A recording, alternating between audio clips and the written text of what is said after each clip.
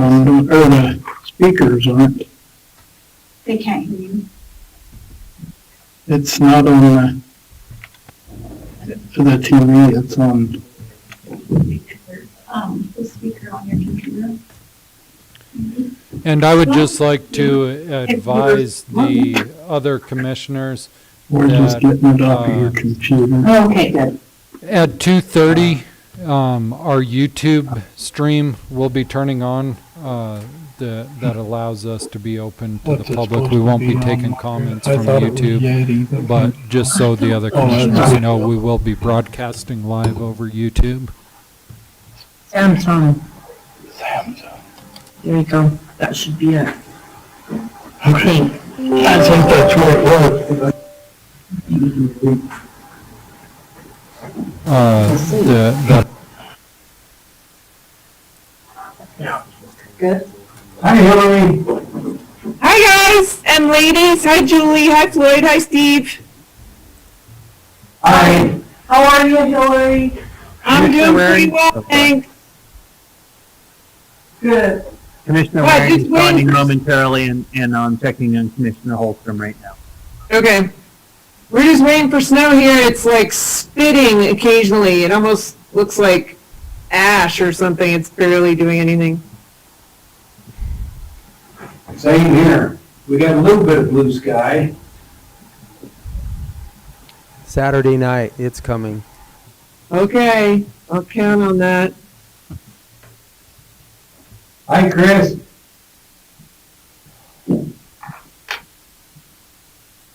How are you guys doing? Good, good. All right. Great. Hey, Lance. How are you? Thanks, good to see everybody. Thank you. Same here.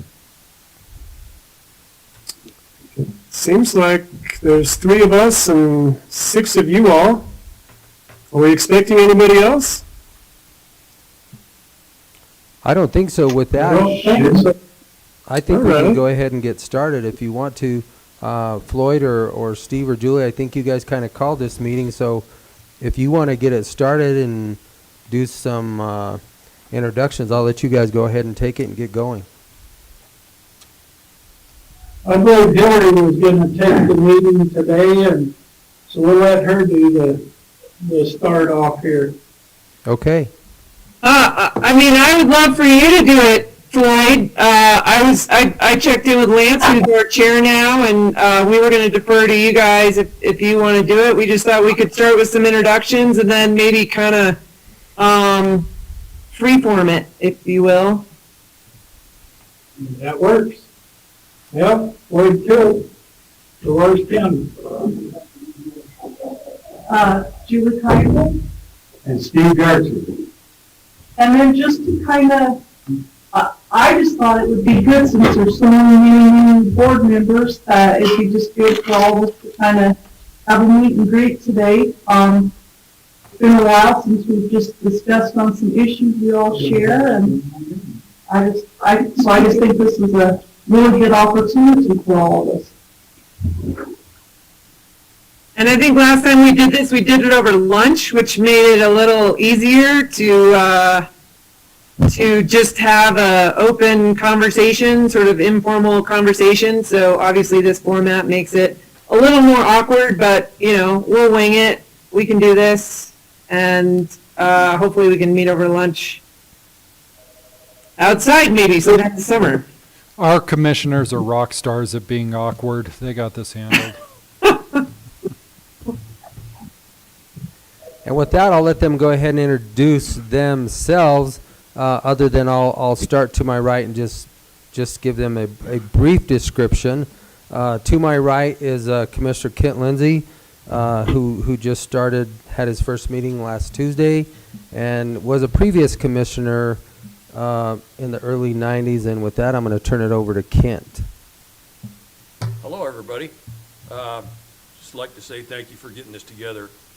And do any of you see my old buddy Art Good Times at all? Saw him yesterday. Tell him I said hello. He and I Will were do, Kent. commissioners at the same time. And to my left is Commissioner Joel Stevenson. It's good to meet everyone. I can't wait to meet most of you in person. Steve and I go back a long ways. We've known each other for years, but I'm looking forward to meeting you all and working with you. Good, it's good to see you, Joel. Thanks, Joel. Commissioner Holstrom, would you care to jump in? Sure. Chris Holstrom. I'm from District 3 in San Miguel County, which runs from just past the Telluride Airport to Utah.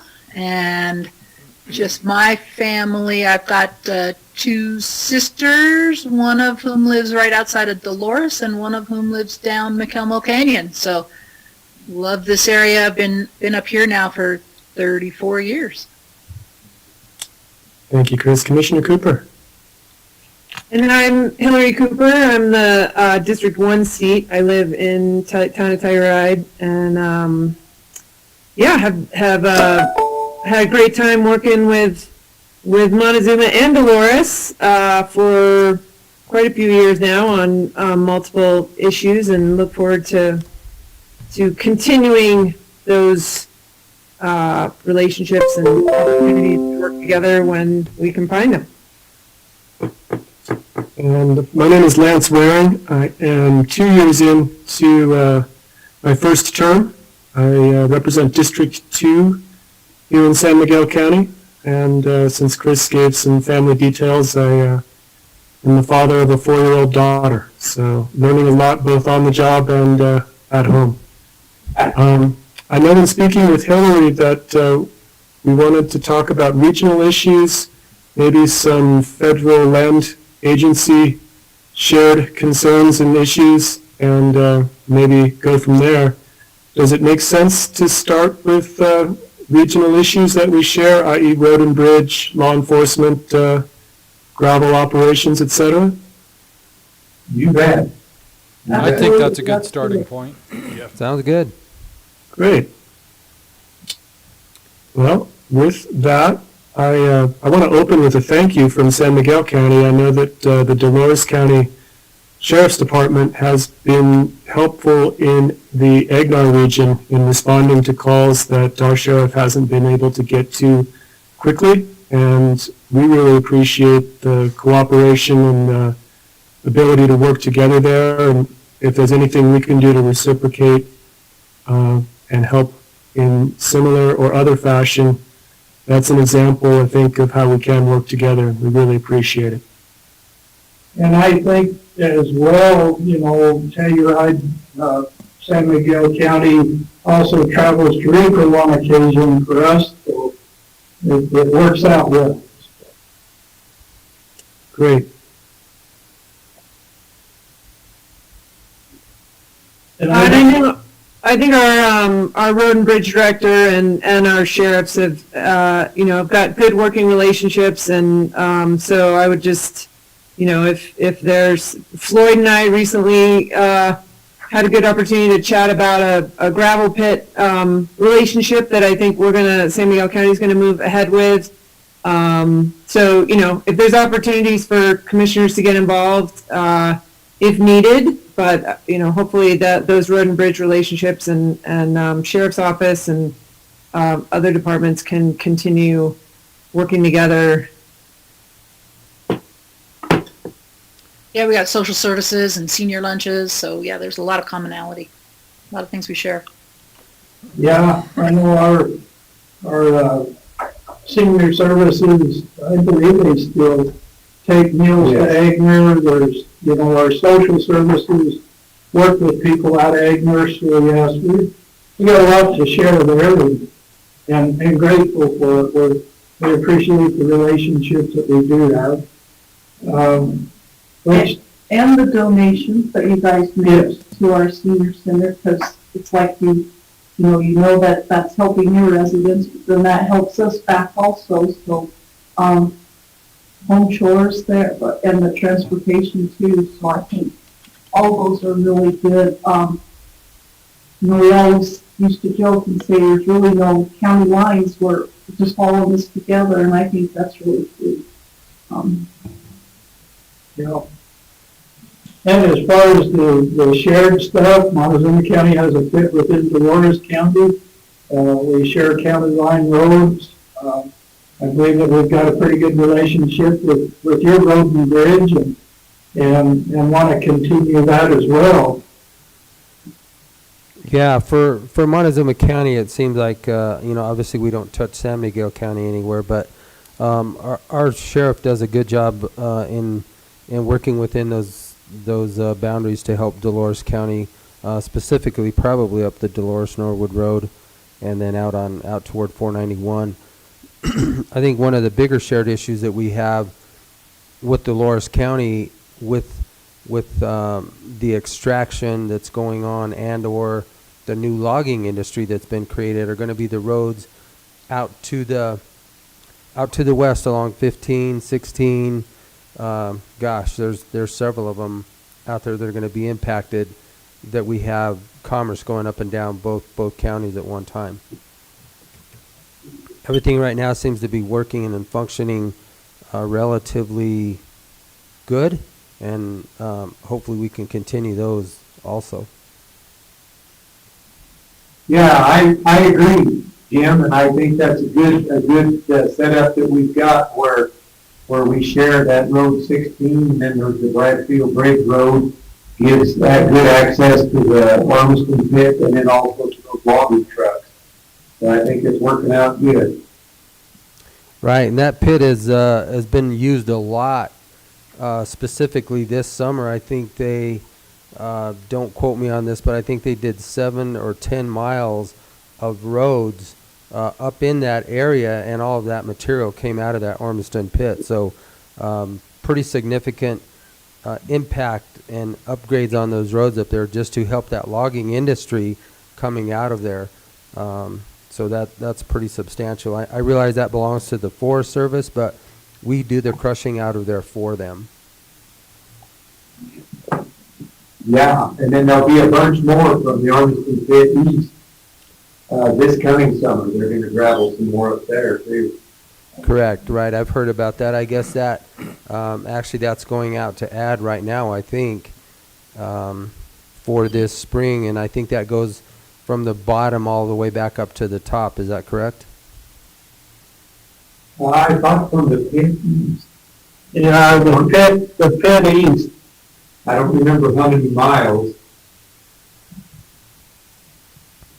Right on. Actually, on a regional issue, I do have a question, and this is more for San Miguel County. And Hillary, I've actually asked you this question once before, but our sheriff brought it to our attention again on Tuesday. The ordinance that you established as far as your, it goes through your marijuana ordinance basically to slow down the black market issues that are up there. How is that working out for you guys? I've read it, but I don't know what. Give me the pros and the cons from your perspective. What is it doing? What is it not doing? Is it slowing things down? Has it made it better for you? What is it doing? So are you referring to the grow permits? It is a grow permit. So basically, the way I understand it is that you are allowing it so that it can be inspected, and that way you can distinguish the difference between something that is permitted, inspected, against something that is actually illegal within your county. How is that working? So, well, I suppose that's a better question for Bill, our sheriff. But so we created a limited permit system for commercial grows. So I think we started with maybe 3 or 2. I can't remember the specific number. We had 1 apply, and then 1 talked about applying, and it just took them a while to be able to get to the point of the application process, or get to the point of even being able to do the grow. And then I believe we opened that up recently. But just to get back to your first question, from my perspective, it enabled the sheriff to go in and be able to recognize what was legal and what was not legal. So there was a lot of grows that were happening that were not permitted. You guys probably remember the really horrible, tragic situation we had on a piece of property where there was a grow going on. And there was some sense that maybe that could have been discovered, that really unfortunate circumstances out there could have been discovered earlier if permits had been required. So from my perspective, and maybe Mike can speak to this more, I think it was very helpful. It was a useful tool to the sheriff to be able to manage the grows in the county. I believe, and maybe this happened sort of right around the COVID time, I think we have expanded that. So I think our approach is not to, if there are, legitimate commercial grows, we certainly want to encourage, the economic development factors of those, but we want them to be totally above board. So I believe we have either issued another permit or maybe expanded, opened up the permits a little bit more to allow for more flexibility. Yeah, I think what we did is we eliminated the need to have the retail outlet in the county. But I don't know that we've had any additional applications, but we did have the town of Norwood just go through the process of allowing sales. I don't know that they've had any applications come through yet or gone through that whole process. But I think in general, I haven't heard anything from the sheriff about specific complaints about our system. I think what we have in place has worked pretty well in terms of regulation. And just speaking from the macro level, I believe that with the licensed growers and the legalized retail operations, it's actually driven the street value down a bit and thus made black market a bit less tempting because the prices are lower. So that was maybe an unintended consequence, but one that was beneficial for the county. And I guess that's kind of where my question is. When I read the proposal that the sheriff gave us, it significantly reduces the black market industry, because we obviously, we have all three borders of New Mexico, Arizona, and Utah, and it seems like we get a lot more of the black market stuff coming into this county, and would like to put a stop to that. So I was just curious if that was working out for you guys. I can follow up with Bill, the sheriff up there, along with our sheriff, but it's just something else to look at. I was just curious. It sounds like you guys have had it for a couple of years now, and if it sounds like it is diminishing or stopping that black market product from being out there on the streets, I think that's probably beneficial.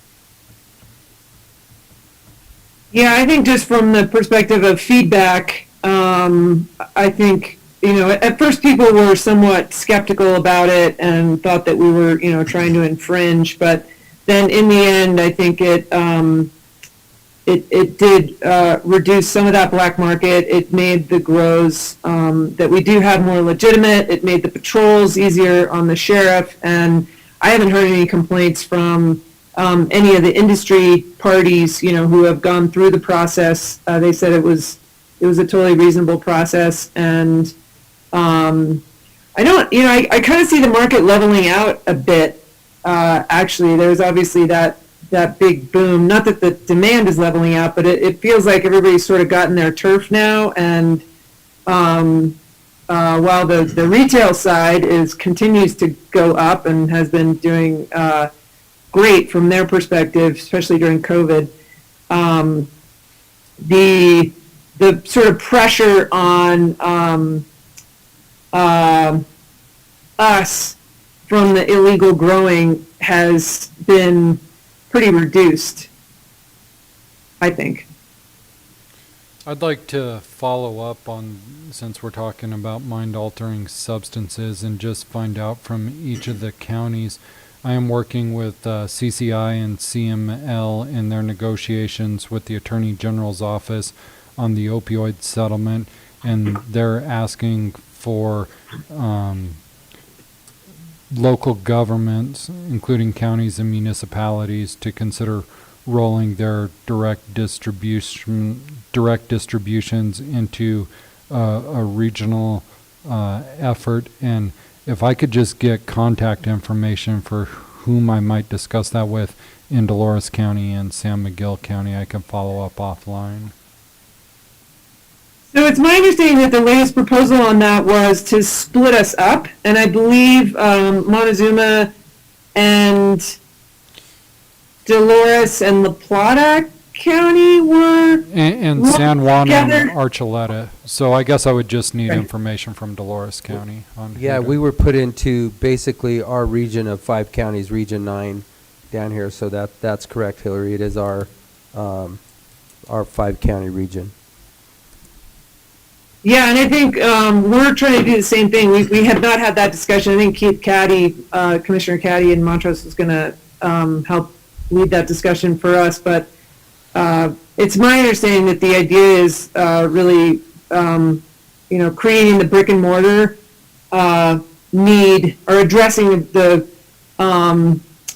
physical location need for treatment centers was going to be sort of one of the top priorities with these additional dollars. Correct. So it would probably be helpful if we all learn from each other on that. But yeah, I would imagine CCI is going to bring back that conversation once there's been some progress. And actually, I'd be expecting that around now. I thought we were going to hear pretty soon. Yeah, so but- I've built consensus with the municipalities within Montezuma County, but I'd like to know who my contact should be in Dolores County.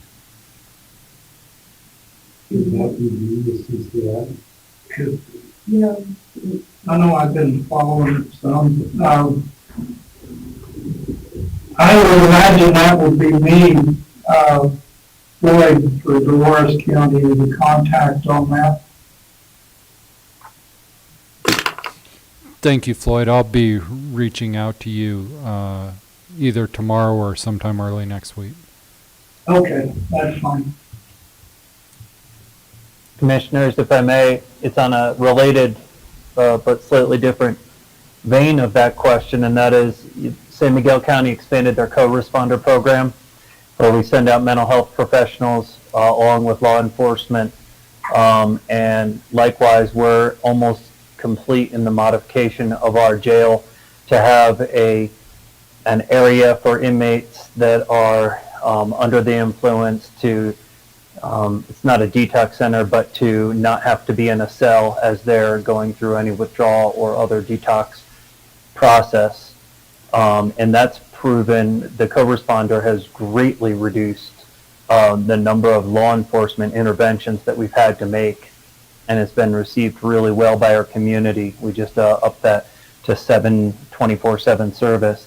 I also wanted to just note that we did change our land use code to allow for the additional legal outdoor grows this year, and our first application has been submitted, not approved yet. Thank you, Michael. Thank you. Along those lines, we are working on a bill at CCI to expand that co-responder program. It's being called something else at the state level whose name I can't quite get in my head, but hopefully the idea is we're trying to open up that opportunity, especially the funding resources, to all counties, because the program has proven to be so successful in the counties that are implementing it. I know Dolores County is looking into it, and I don't know a timeline yet, but we do have a person that's willing to do that now, so, with the sheriff's department. Hopefully that comes around sooner than later. Based on our experience, I'd recommend sooner if you can. Yeah, agreed. How about Montezuma County? Are you guys looking into that? So we just had conversations at our board meeting on Tuesday with our behavioral health provider, Access Mental Health, And they are in the developing stages with the different law enforcement and EMT agencies in the area, and we're just getting started on what our program's going to look like. It's a pilot program right now, and they're going to develop it through the year 2021 and actually implement it in January of 2022. This will give them an entire year to build it, and then we deploy it in 2022. So we are working on it. It's just a matter of getting it put together now. I think what we're, if I remember correctly, it's going to be patterned after Cahoots, which comes from Oregon, right? Correct.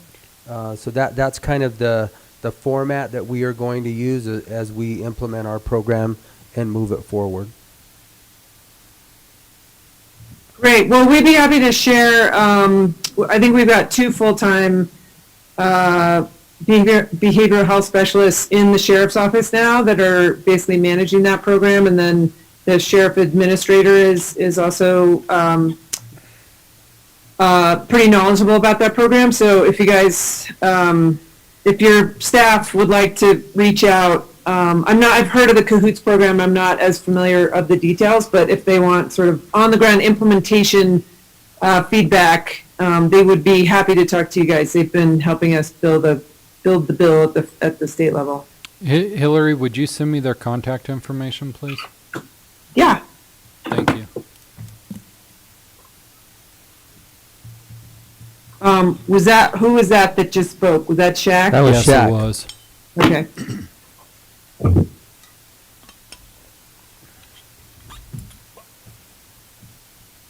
Well, do we want to move on to BLM, sort of travel and rec planning, Trace Rios, field office discussions? Sure.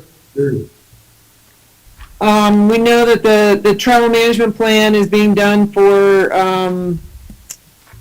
I can't remember what they called it. Like, I think we're in the tier 1 or tier 2. They broke it up into 2 tiers, and I think you guys were first, maybe Montezuma and part of Dolores, and then the other part of Dolores and San Miguel were second. And I don't think we've seen the final results of that yet. But I know, specifically, I know Larry Don was really interested in the whole idea of a travel connection from Cortez to the Rim Rocker. And we just talked, in very early stages about that. And San Miguel County was certainly open to the concept of trail development. The locations were somewhat problematic, especially with the federal listing and the recovery plan now in place for the Gunnison sage grouse. But we are very much open to exploring, a route that would not have those the sage grouse impacts that would put us in violation of the recovery plan. So I don't know if you guys are interested in continuing that conversation, or I think if it comes from the counties and the BLM sees that the counties are really interested, and in my experience, if BLM is willing to move on it, if the counties are hesitant, then the BLM seems hesitant to get involved as well. So not that we have to flesh out any of the details of that right now, but just something maybe we can flag for later. Actually, we actually just had a meeting here yesterday with the BLM group looking at roads identifying through the county that we can that are there that will now gain us access through a couple of different venues. So we've actually worked pretty well, actually real well, with the Trace Rios field office here in Montezuma County. Speaking to that, to the Rim Rocker Trail, I think that we already have a few avenues that we can get to it. Some of them are not great. We did run into an eagle, which would be our closest route, which was down by Sage Hen, correct? And the way it reads right now is if you're within a half a mile of a nesting area that you can't, you cannot get that trail through there. And they found some whitewashing on the walls of the rock, so they feel that that is a viable nesting area. That path is by far the best and easiest path for us to get down, but we have, with the BLM, kind of developed a few other routes with those. So I do think that we are on board as far as trying to develop and keep those routes going. It's just a matter of what we're going to have to go through to get from A to B. And I think Dolores County's the same way. We're definitely seeing that as kind of a tourism, maybe economic boost here, something that we would never tapped into. And this, I kind of have a question for, and Jim, maybe that's what you were just explaining. What happened to Sageman? We couldn't hear that. Could you please repeat that? I'm sorry, Julie. For a while, BLM's been working on a route that would connect from Sageman down to the dam. And then that kind of got shut down. And I didn't know if that was cultural. So is that what you were talking about, was the Sageman route to the Dolores River? Correct. We ran into an eagle up on top, which basically then killed that path going down, which then hits the below the dam and then goes all the way out into Dolores County. Yep. We have a short section up there. Very crucial. So, well, we'll keep working on it. There's lots of. James Dietrich has identified some alternative routes, although the one through Sageham would be the preferable route. Correct. And just to throw this out there, on 491 between here and Dove Creek, there's an eagle nesting a stone's throw from the highway. So, yeah. Wasn't part of that issue with Sage Hen also where it was a wildlife agreement worked out with before the building of a fee, where they didn't want that traffic through that wildlife protected area? Steve, I can't really answer that right now. I think that's definitely an issue. If it is there, that's something that we can probably work through. That would just be a time frame of us doing negotiations. I think the biggest issue right now was the eagle, and that's probably what's slowed that. But really, again, to answer your question, I think we're definitely interested in continuing these routes as best possible. Yeah, I would say just from an economic perspective from you guys, I know especially these days during the January thaw that we're having up here, when basically skiing on the mountain is a highly dangerous activity, there is a big interest and a lot of cars rolling out of town with bikes on the back. So, yeah, it's I don't know what the wildlife restrictions would be, if there's seasonal closures, but anything around the Dolores, around McPhee, I know would have a lot of interest. So. And we do have one of the new paths that we just identified that the BLM will be working on a parking lot for us. It will have a seasonal closure, and that's in coordination with the Colorado Parks and Wildlife, and it's from December to, I believe, April. Don't quote me on that because I don't have that in front of me either, but it's a short closure just for that period of time, but the rest of the time it's going to be open. So Jeff Christensen is the recreation specialist out of the Trace Rails Field office. Barry has a huge interest in also developing where the new power line crossed the Dolores River, taking where the old power line used to come across and making that like a parking lot or and have some historical signs, because when that was wooden poles, that was the world's longest expansion, wooden pole expansion.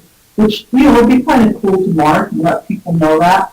But then he also wants to take from there and do some mountain bike trails all the way over to the Overlook, and then bring those back into town through Duck Creek that way, which I think would really open up some just great biking, beautiful scenery, and I think those are the kind of trails we really need to get those cars with all the bikes on them headed this way. Yeah.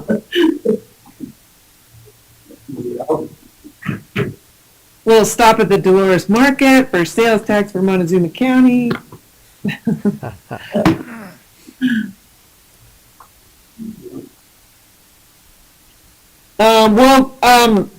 Yeah, I think we're willing to continue those discussions as well, with the, connections to Rimrocker up here, connections into Montrose County up here. So, I think the next steps, that at least Larry, Don, and I were going to explore was to just sit down with maps and see where viable routes were, and what we've got with the new recovery plan for sage grouse. We've got more certainty there on sort of what we need to avoid, but there's a lot of roads out there in the west end of our county, and so it'd be great if they were put to use for trail development. Hillary, Rick Gersh is like our trail route guru in this area. He is very, very knowledgeable, has been on, I'd say he's been on every route from here to, he's even made it to Junction. So whenever we have these talks, we'll make sure he's with us because, and his Google Earth maps are great.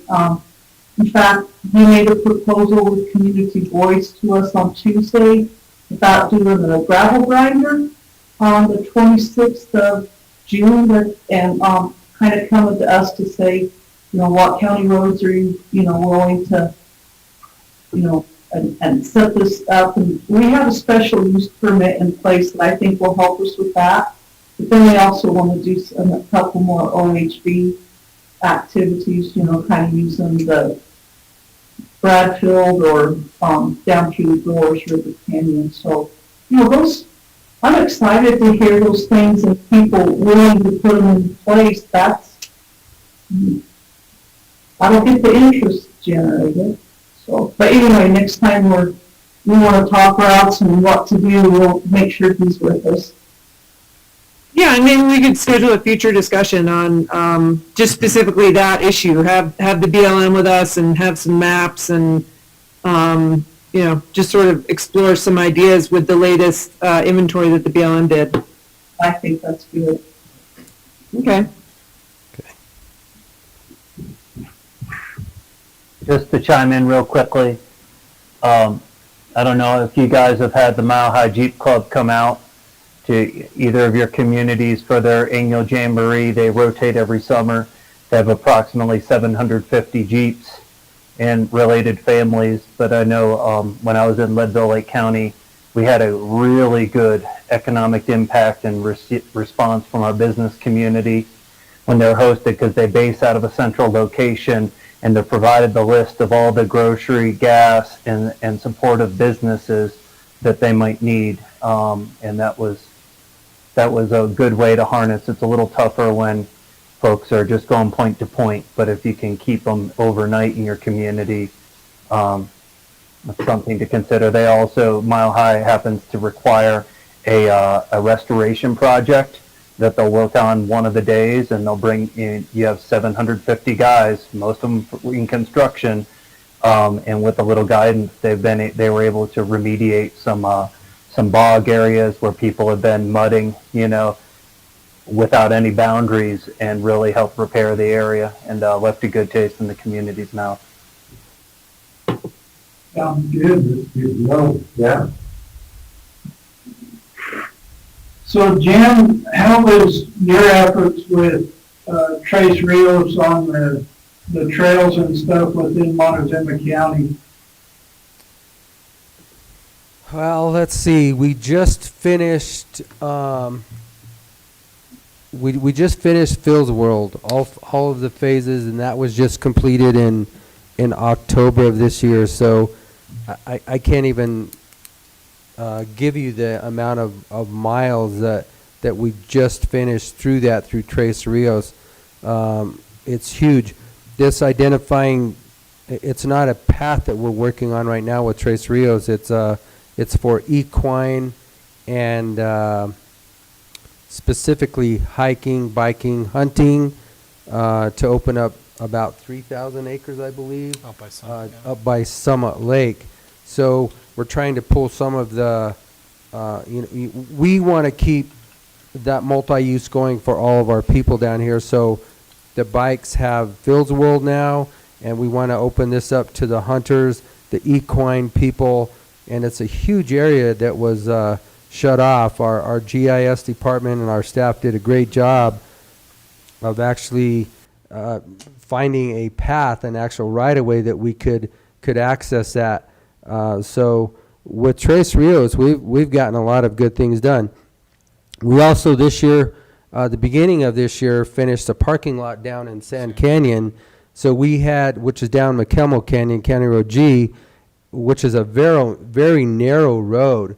And we were able to cut a parking lot in. The county did it on the east side of the Lamb House. And then the Tres Rios went ahead and did their parking lot on the east side of the Lamb House, which has really opened up that area down there and is a huge benefit to this county. There's actually a trail that will go all the way up to County Road N on the northern boundary, so people can go back and forth. I've actually hiked it. It's about a 7-mile hike from N Road all the way down to G Road, and it's spectacular. If you like being out in the outdoors, you guys from San Miguel County right now that you can't ski, just keep sending them our way, and we'll take them all. Don't bypass Dolores County by any means, but Tres Rios has done a good job with us down here in the BLM. I wish the wheels of government moved quicker at times, but we've had some really good success, Steve, with what we've been getting done.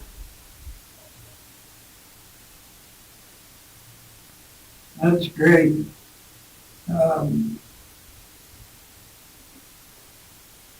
What else do we have, Hillary?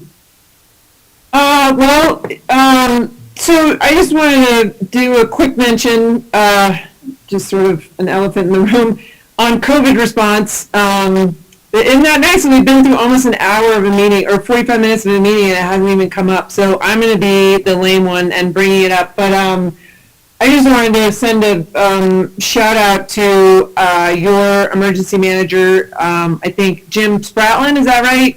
Correct. That's correct. Yeah, he was really helpful in the beginning. We, in the beginning of the pandemic, our regional group got together and, realized we needed to sort of go outside our county boundaries to figure out what was going on and get resources that we needed and coordinate on those resources. Jim was extremely helpful early on. We were able to put together a mask buying club and I think got over like 2.5 million masks to counties through that program. And he was just really responsive and put some of us in touch with especially your resources in Montezuma County, because you guys are bigger and have a hospital there and just had more resources than we did. So just appreciate that very much. And it's been great to have Jim on our regional calls. It's kind of an informal group. Sometimes it's just simply an opportunity to sort of download and just share stories. Sometimes we actually are able to on our monthly calls with the governor's office, at least provide more formal feedback from the Southwest, and have seen quite a bit of things result from that. Not as much as we would like, certainly, but it's just really helpful, at least from my perspective, during the pandemic to just have a regional coordination and just to get to know, who the contacts are, to put our staff in touch with when they need help. And so just really appreciate that help. And one of the things that we've been doing here is we recently were able to get some vaccines from San Juan County because there was some confusion about how maybe we weren't supposed to use the vaccines we had gotten that week, and we had a line of 365 people waiting for a vaccine. So just that regional coordination is really critical and has been essential during this thing. And so I hope that we can keep that up, and same goes for if you guys need help from us. Mike's a good point of contact on that, or I am on those Southwest calls, but I found them to be very beneficial. Thank you, Hillary. I really appreciate that. We found Jim Spratland. We lost our emergency manager 2 days into COVID. 2 days into COVID. So you can imagine this past commission, along with myself, we were scrambling. We did a lot of scrambling in the beginning, I'm sure, as everybody else has. And I think we hit a home run. I think Jim Spratland has done a great job, along with Karen Dixon in our public health department, who's done a lot as far as coordination with the vaccines and how they're getting the whole phase 1A, phase 1B, all of that implemented. So I do appreciate that, and I do also think that sometimes it is maybe nothing more than a vent session on our Monday night calls, but sometimes I think we probably all need that. So true. Also wanted to share with you all that Dolores and San Miguel County are working with Senator Bennett's office to move ahead on a Dolores-San Miguel County NCA for the Dolores River region.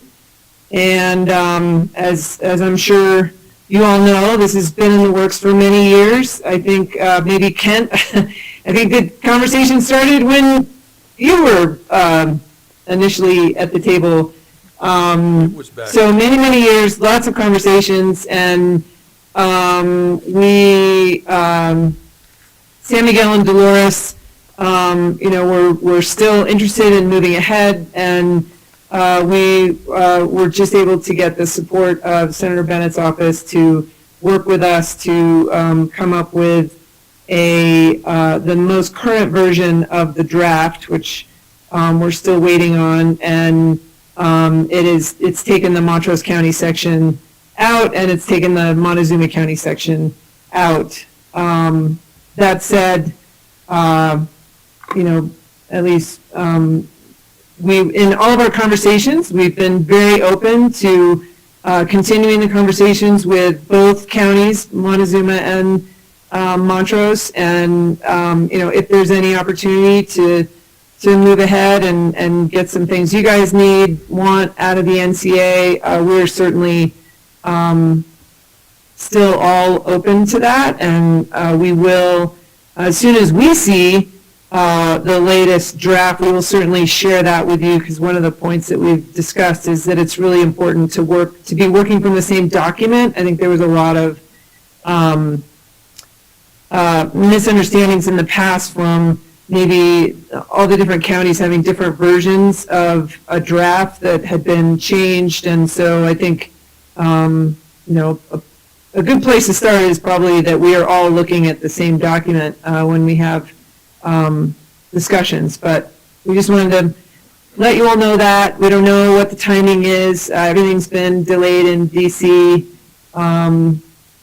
Nothing's certain until it's certain, but that's where we're going. And Floyd, Steve, Julie, do you want to add anything to that? Well, for me, I would just welcome Montezuma County back to a good working relationship, not just on the NCA, but with all issues. And I think this would be a good place to kind of start and go through, just continue to work through it. And I think Lori's absolutely right. There were too many versions of the draft floating around and too much wrong information. And I think cleaning it up and just bring a lot of really good light to that subject. And I know, this has been a work in progress, like Hillary said. I mean, in 2007, the first year as a commissioner, back at that point when it was the Lower Dolores River Dialogue, and there was like 85 different groups involved. We really funneled it down. I think a lot of needs and interests have kind of been, met throughout the years, and I just think this NCA is still a really good way to protect that from being named wild and scenic, getting that designation, so. Yes, and I'd like to chime in on that. I agree with this. I think for Dolores and San Miguel counties, especially with the private properties and the industrial concerns and like that, this NCA is going to work out, is our best path forward. And Montezuma County and Montrose are still welcome back in, but we had to keep going. We had to keep forging ahead because the previous commissioners did not want to participate in this, which is fine, but we felt we needed to forge ahead with it to protect our interests on the river. Which agency has the current working copy of the document?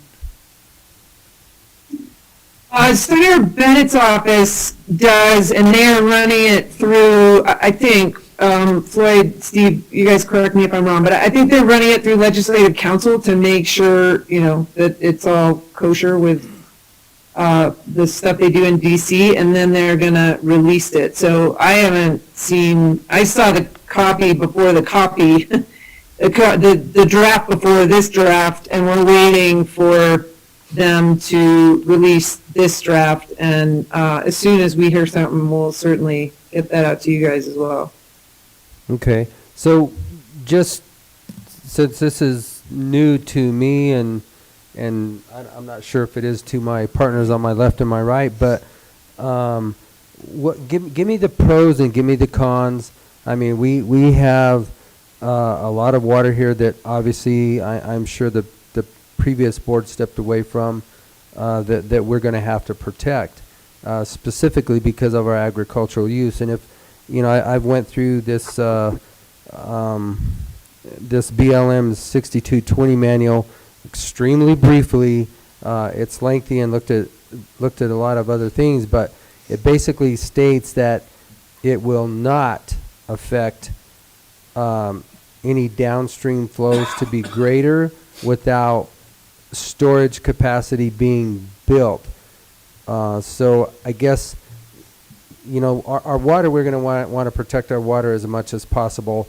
And if this puts us into a demand management type situation, that's a tough deal, because then we're doing something for waters that are going to go downstream. So I definitely, and I'm speaking for just myself, I have to let these guys speak for themselves, but I would definitely like to see the new document from Senator Bennett's office, at least to have a seat at the table, to at least express our concerns to Montezuma County, and I'll let the gentlemen to my left and right speak for themselves. But I realize that there have been a lot of documents out there, and I don't know what has changed or what hasn't changed. But our water is our most valuable resource here in Montezuma County, and it supports our entire agricultural industry. So I would really be interested in seeing those. Right, Jim, and water is forefront on our agenda as well, because Dolores County has even junior right of rights to what Montezuma County's got. So if there's any additional water going down that river, it's Dolores, DWCB, water users that are going to suffer, and that is a big issue on this NCA, and we believe it's the best path path forward to save everybody's water.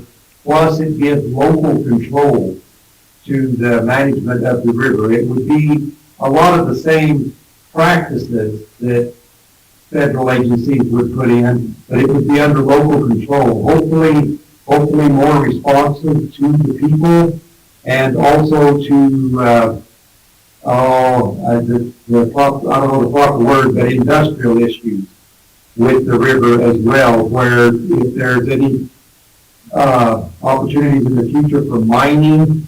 Also, with the Dolores River, splits our CO2, the Doe Canyon field. It splits it, and there's roughly 2/3 of that field is over on the glade. So without access to that, that is a big, huge resource for Dolores County potentially if there's ever more demand for that CO2. And hopefully NCA would be a lot easier to work with, for some avenue, whatever avenue would exist to get that CO2 out of there as well. Okay, so let me ask, so I'm taking an education class here, so I'm going to ask a lot of questions. So what is it being managed by currently? Is it being managed by the BLM as, obviously the NCA is not there, but who manages it and why specifically the need of the change?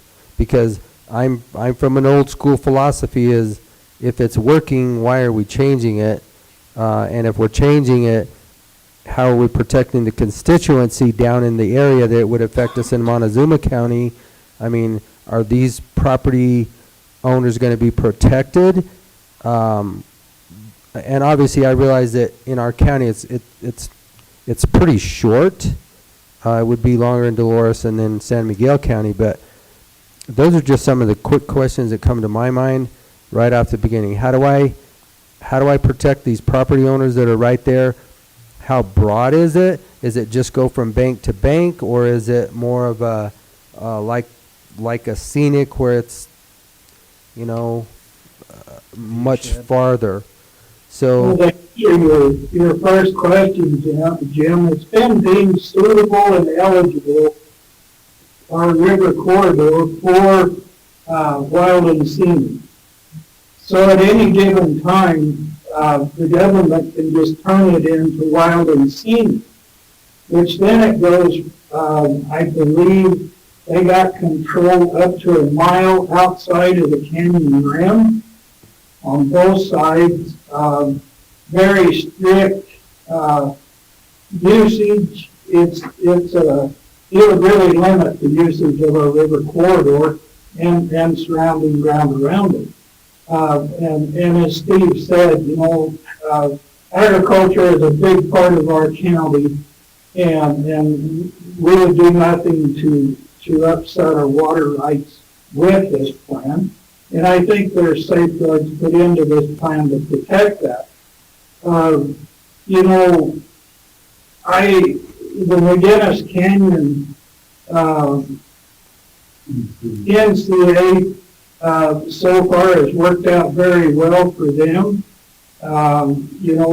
And I believe that local control is much better than federal control over this river. We can keep, and I can't remember, Steve or Hillary will have to remind me, but our boundaries would be far less than the boundaries that the wild and scenic would place on it. And it could be described as water line to water line in the flow of the river. But there's a gentleman that came and spoke to us, I believe named Roy Smith. Yes. And he's with BLM. the BLM, and he'd done a wonderful presentation of this NCA, of what's going on, kind of what to expect.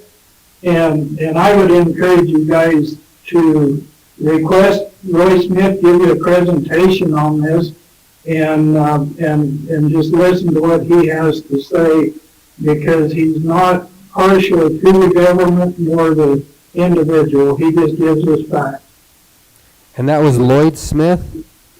Roy Smith. Roy, Smith. I'm sorry. You can get a hold of him through Connie Clemenson. She can arrange that for you to have him come and talk to you. He was very, very enlightening. And I believe the NCA goes from Canyon Ram to Canyon Ram. And it's been designated suitable and eligible. All it needs is a governor or a senator to designate it. It'll be wild and scenic in a heartbeat.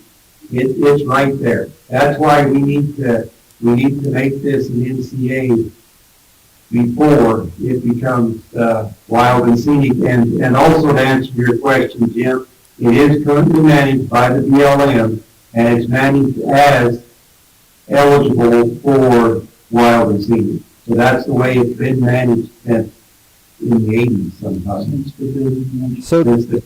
So does a wild and scenic designation, is that equivalent to a WSA or a wilderness area in regards to wild and scenic, or how does that come about? Yeah. So Roy Smith would be able to speak to it better, but a wild and scenic designation comes with a federally designated water right, which is really sort of the big, the elephant in the room here. If there's a federally designated water right, then all of our, well, I shouldn't say all of your, because San Miguel County doesn't have any water rights, but all of your water rights, the ag rights, a federal right is senior to everything. And so, and that's what wild and scenic comes with. That's sort of that's really the bottom line of wild and scenic. And there has, I don't believe, Roy would be able to answer this too, but I don't believe there's ever been a wild and scenic designation without a federal water right. So the way I understand the NCA is that it protects all existing valid rights. So it would not disrupt any existing water right. It would not disrupt any existing storage right. All existing rights for development would be protected through this draft. But what it would do is, for us in San Miguel County at least, protect the scenic resources of the river corridor, which is something that is highly valuable to us, and something that we see as sort of an economic development tool, while, San Miguel County can't touch any of the water rights because we don't own any of them, but the water that is flowing through there is less and less every year, is reduced every year under our current, climate scenarios. So we want to protect those sort of riparian resources around the river. It would also, correct me if I'm wrong, Dolores guys, but does it create a roadless area in the Ponderosa Gorge?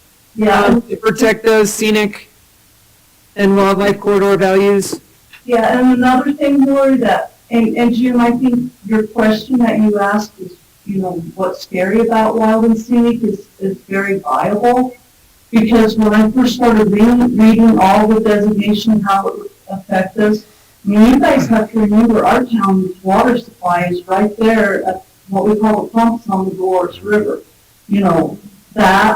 That has been in place. That is basically, that's the water for the town of Duck Creek. We can use that instantaneously. You lose the ability to travel up and down by vehicle, OHV, mountain bike, because any of that is gone. You lose all days and nights.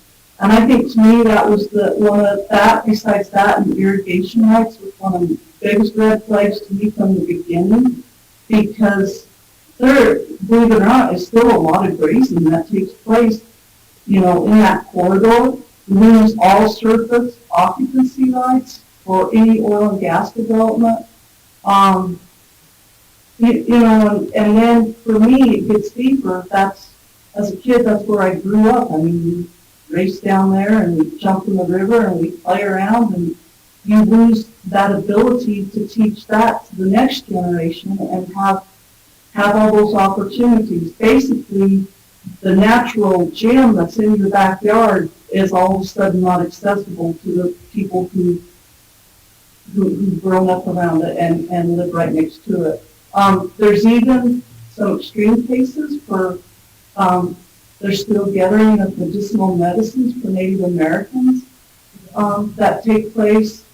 So, you know, it's a huge, there's more to it than just a federal water reserve. And, you know, like you asked the question about the containment facility. I'm not really sure where that ever came up. We've read the documents, gone through the documents. I'm not sure where that issue ever came from. But that became a big kind of soapbox topic for a long time. But there's the wild and scenic designation has been in place since 1976. So, and, you know, you could go through and look at some of the rivers that have those designations, and I would just hate to lose what we have and value so much in this area. So Also, I have a question. Commercial values are a huge key element down there too. Why is there a feeling that if there's no NCA designation, that a wild and scenic designation is inevitable? Why is there a threat of the wild and scenic? Where is this coming from? Why is it?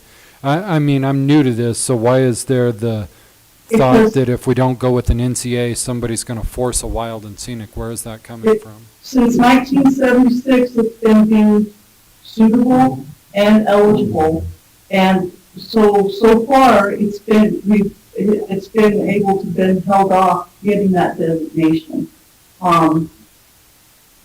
It's basically on a list, and the conservation communities, you know, especially, in the Southwest, the conservation communities have been looking at a wild and scenic designation for a long time. There's only one in Colorado. There's a big push to get more in Colorado, and they've had their eye on the Dolores for a long time. The groups that initiated the effort to explore alternative opportunities, you know, they agreed to hold off on that and let the conversation move forward.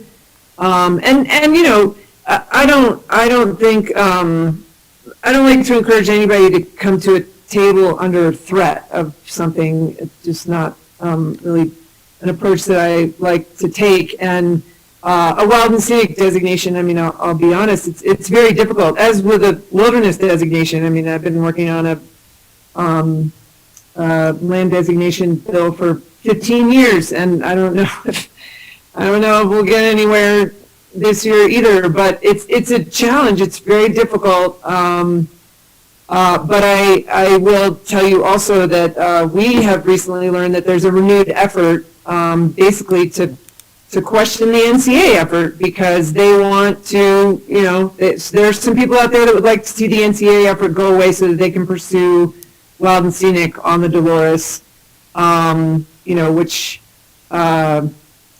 is not, I mean, it pisses me off, for one. So with that, because we've been working on this for a long time, and counties and local governments have been engaged at this level for a long time, and this is local land use, and what the NCA has done is protected all valid existing rights, including property rights, including water rights, you know, including county roads, et cetera. And, you know, I mean, for a group to come in and think that they know better and that they can, you know, anyway, I'll get off my soapbox there. So but, let me ask you a quick question then, Lance. I see your hand up also. So just to get this one out there real quick. So through the NCA, is there still the protection of the 3 fish species that are basically have been identified in that waterway? How does that impact that? Because with that species being protected, it creates, we have to obviously have more of a flow. So with more flow, that means without storage, where does the water come from? Well, it comes from McPhee Reservoir, correct? So, just, These fish monitoring studies, the fish actually did better and were more diversified with less flow. They've been monitoring those fish, and yes, if we don't take care of the fish are gonna take care of us. So we have to take care of the fish, but the flow of water does not necessarily make it better for the fish. There was one of the documents that came out earlier was, I know Commissioner Ortell was very upset over the use of the word enhance in the water.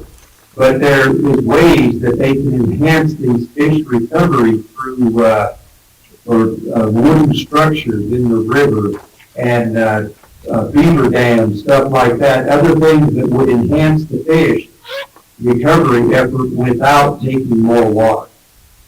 So one simple way to look at it too is that they did discover through the monitoring and research team that it was the location of where they were releasing the water out of. So when they were releasing it from the top of the dam, the spill, it was, wait a minute, am I saying this right? Yeah, I was wondering. No, when they were releasing it from the bottom of the dam, it was colder and it would flush out the warm water species. When they started releasing it from a warmer spot, then it enhanced the habitat for the fish because they're a warm water species. But back to your initial question, the NCA does not affect that at all because that is through a federal designation, through Fish and Wildlife. So all those protections and habitat protections still exist. The NCA recognizes those efforts, and actually one of the latest changes, as I understand it, in the draft, there was a long-standing effort or desire to get the monitoring and implementation team, which is so I've been on that from San Miguel County. I think Larry Don was your rep on that, so you guys will need to appoint a new rep. It's been CPW, it's been BLM, it's been Bureau of Rec, all the federal entities and local jurisdictions and water users have been on there, learning about the fish from all the monitoring that's going on. And yeah, to Steve's point, those fish are actually doing pretty well these days, the way that it is being managed now, because some tweaks were made to the delivery and the timing and the location of the delivery or the temperature of the water, and they've found that they've had great success with those tweaks. So the NCA, as I understand it, does not do anything to change the approach that is currently being used, which is science based, and also, and so the monitoring and implementation team was actually not formally written into the draft. So that will continue to be an informal group that moves forward, that is an advisory team. That was a legislative change. They did not want that team to be formalized because that would create this what's called a FACA, and then it have to be federally funded and federally recognized, and everybody decided that was not in the best interest of moving forward. So, but again, there are people who can speak much in much greater detail with much more knowledge of this than I, including Steve, Floyd, and Julie, because they've been engaged in this for a long time. And we can certainly help you guys bring those people to the table for a discussion. okay, I'm gonna let Lance go because he's had his hand up for a long time. I feel the guy's gonna have he's gonna have an issue holding up his right hand. But I do have a follow-up question to that with regards to ANS, you know, the invasive nuisance species. But go ahead, Lance, and then I'll go into my questions. Why don't you finish your question, and then I'll take it from there. Please Well, continue. basically, where, you know, with the waterways and what the feds have done with water as far as the ANS, how are they gonna do with the invasive species down there? How do they deal with that? Because we're all dealing with ANS right now. I mean, we have inspections out the wazoo on this federal lake. MVI has shut off all their lakes, obviously, because they're irrigation water, but how was that, I mean, what part of the NCA, and I realize that the ANS is relatively new since the conversation started, you know, back in the late 90s, but how is that addressed in the new NCA, or do you know? I don't know. Because it's not just fish, it's plant also. Can I jump in? I don't have an answer, but I do have, I guess, a layman's overview. I've not been involved in this issue as long as many of you have, but what I'm hearing is exactly what I hoped for, which is that we are all waiting a fresh version of the document, and when we receive it, we'll all be able to look at it together. And also that Roy Smith sounds like he would be an excellent source for these technical questions, and with his company, I think that he might be able to help us all gain comfort and understanding with this new document as soon as it arrives. So my takeaway from this conversation right now is that we are in the right place and that we're all willing to examine the most recent information together and take expert opinion, form our own opinions, and then do the best thing for our constituents. Okay, Thank you. because the smallmouth bass are basically the ones that are eating all of the native fish up. So I was just curious how that's being addressed in there, and obviously we don't have the document in front of us, so you know, again, I can only speak for myself, but I definitely think that I would like to read the draft. You know, I would be open to at least sitting at the table and you know, going through it and discussing it, but I think you hear my concerns. It sounds like they are concerns of yours also, but without a current draft in front of us, we really don't know what we're dealing with.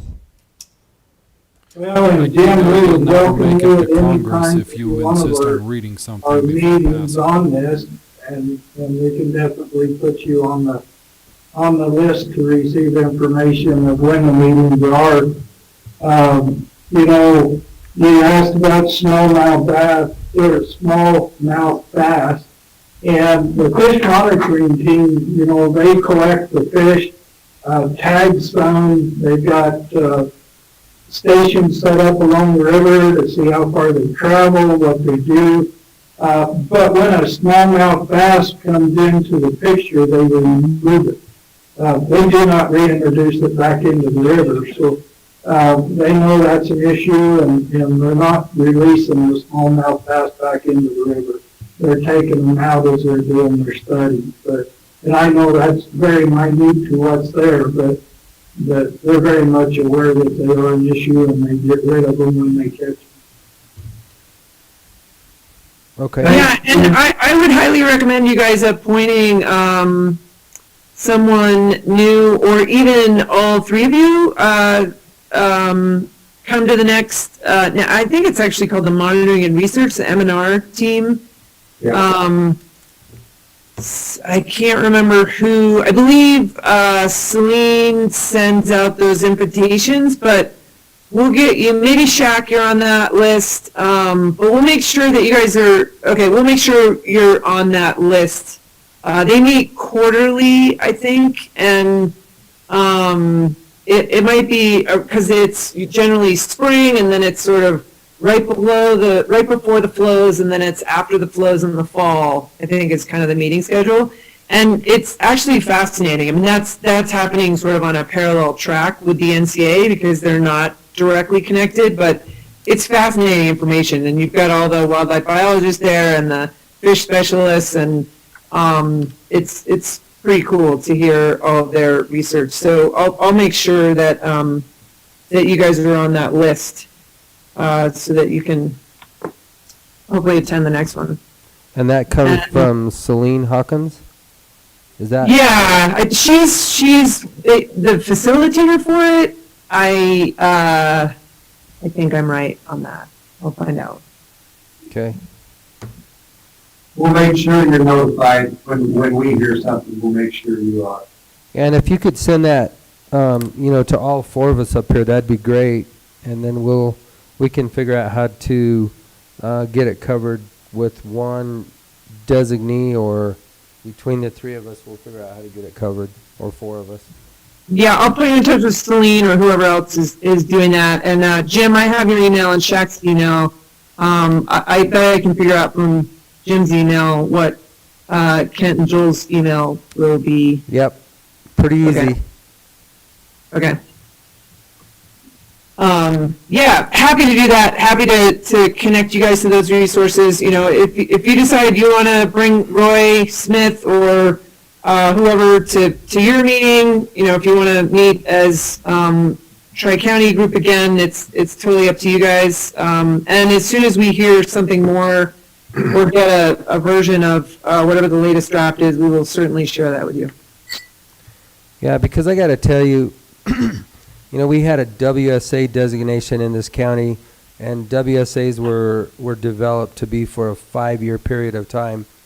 And we had a WSA since 1970, I believe, or early mid-70s, and it should have gone away.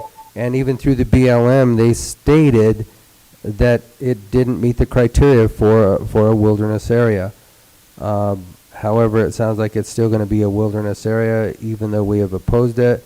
We don't, where it's at as a WSA, it just doesn't make sense to us. So, maybe being at the table here with this, we can at least express our concerns and at least have a voice. So, like I said, thank you. Send those emails to us. And to answer your question, as far as meeting Tri-Counties, that probably wouldn't be a bad idea. Just go through Shaq, and you can get it set up through him. And I appreciate that, Jim. We went through the same thing. I think Dolores County had either 3 or 5 of them WSAs that were happily given to us by the Eastern Slope without our input. So I hear where you're coming from, and that's exactly what we're trying to head off. Mostly it was to get. Yes. I mean, to get. I don't know why, but boy, she loved speaking for Dolores County. And, Yeah, that's pretty simple. So before we have to head, because I have to leave in a few minutes to go to school, I just think we should touch base just a little bit about the sage grouse. Montezuma County, this doesn't affect you guys as much since little birds are smart enough to stay off that county line, but, we're still in I think we're in a very good place right now with the working relationships we have with Fish and Wildlife Service. Really appreciate Antoine and Allison and the work they've done for getting us started on our implementation stage. I know that on the 24th of February, there's a big Sage Grouse Summit meeting coming up.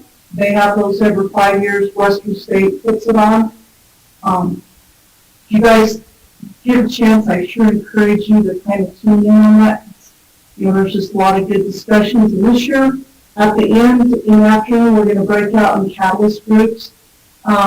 Myself and Nate West, we've been asked to lead one of those groups on predation. So that tickles me just because that shows that Fish and Wildlife is listening to our concerns, and we tell them we can do the best we can to do conservation and create habitat, but until the predation issues are solved and more water comes about, it's a very difficult situation. But I'm just tickled that we've had the good relationships and that each little satellite population is now being handled as its own, so to speak. We're not all under the same satellite, the same, and which we can't be because geographically we're so different. So I look forward to really getting some good implementation strategies for these areas with the sage routes. Okay. I guess if that's it, I guess we can kind of wrap it up. Thank you, guys. Nice to meet you, Lance. I know I've seen you at CCI before or Yes, sir. somewhere. Your face is familiar now. I didn't really have a name put to it. Chris, nice to meet you. I don't think I ever have met you, but nice to meet you. And Floyd, Steve, and Julie, good to see you guys again. And hopefully we can meet again soon. That would be great, and glad to meet your new commissioners, and good luck. All right. Thank you, guys. Have a great day. You too. Thank you, guys. Yeah, Great bye-bye. to see you all. Thank you. Aye.